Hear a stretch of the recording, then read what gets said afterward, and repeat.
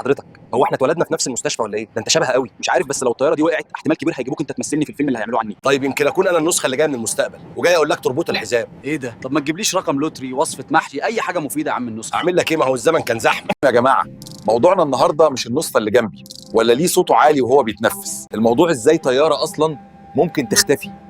ايه رايكم؟ تعالوا نعرف الحقيقه من حسن فاروق، قناه رساله ضمير. يلا بينا.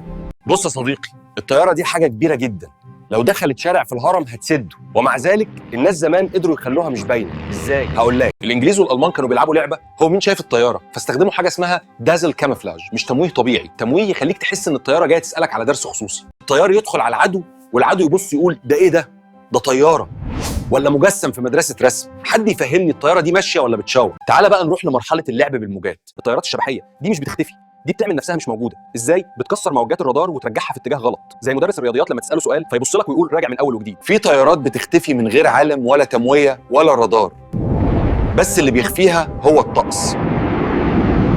يا جماعه السحابه دي لو دخلت فيها طياره تبقى زي اللي دخل اوضه بخار، عارف انه موجود بس مش شايف حاجه، وده حصل كتير.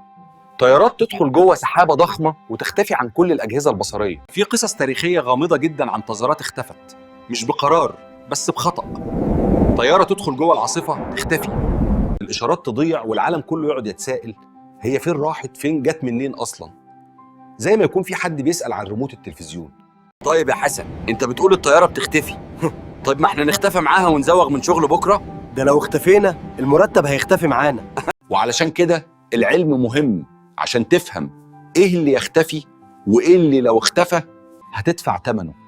فالخلاصه يا صاحبي، الطيارات بتختفي مش عشان عندها خاصيه سوبر باور ولا عشان المطارات عندها زرار اخفاء.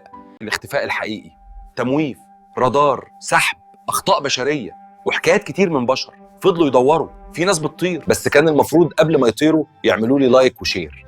على العموم هسيب الموضوع ده عليكم واشوفكم على خير.